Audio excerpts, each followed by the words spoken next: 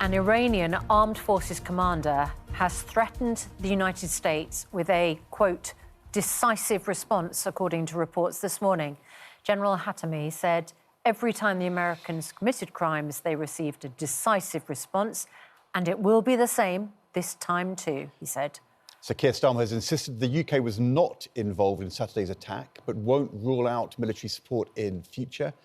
We're joined by the Foreign Secretary to clear up the report overnight in the Daily Telegraph, in which it was reported that you had spoken to your counterpart in Iran and expressed regret over the US strikes. Now, I think it was pretty clear a week ago that Donald Trump was rather taken aback to find out about the Israeli strikes, and he may have been expressing regret.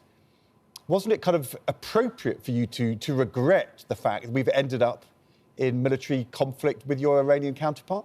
Here's that up. You didn't express regret to the Iranians, but nor are you and the Prime Minister expressing support for what the Americans did at the weekend. You are not going to endorse that American military strike against Iran this morning, are you? You don't see escalation at this time. I think it's appropriate to ask you, as Foreign Secretary, whether you and the government support the military action, whether it was the right thing to do. Because if you don't agree with what they've done, you don't endorse it, then we can draw a conclusion from that.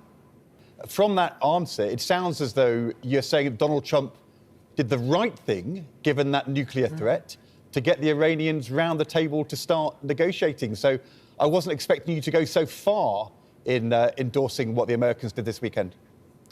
So, with that in mind, is that also your message to the American president that further action is not welcome?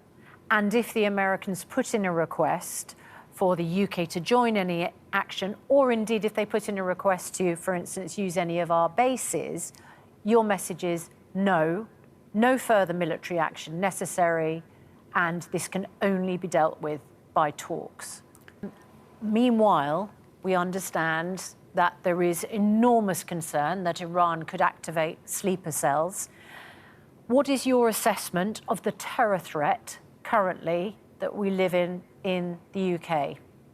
Foreign Secretary, obviously things have ramped up a great deal since then. Do you think we are safer or more at risk this morning of a terror threat?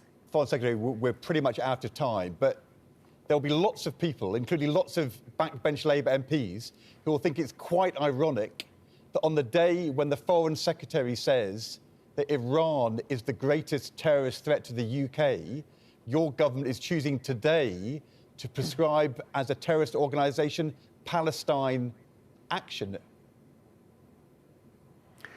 Prime Minister Netanyahu will think that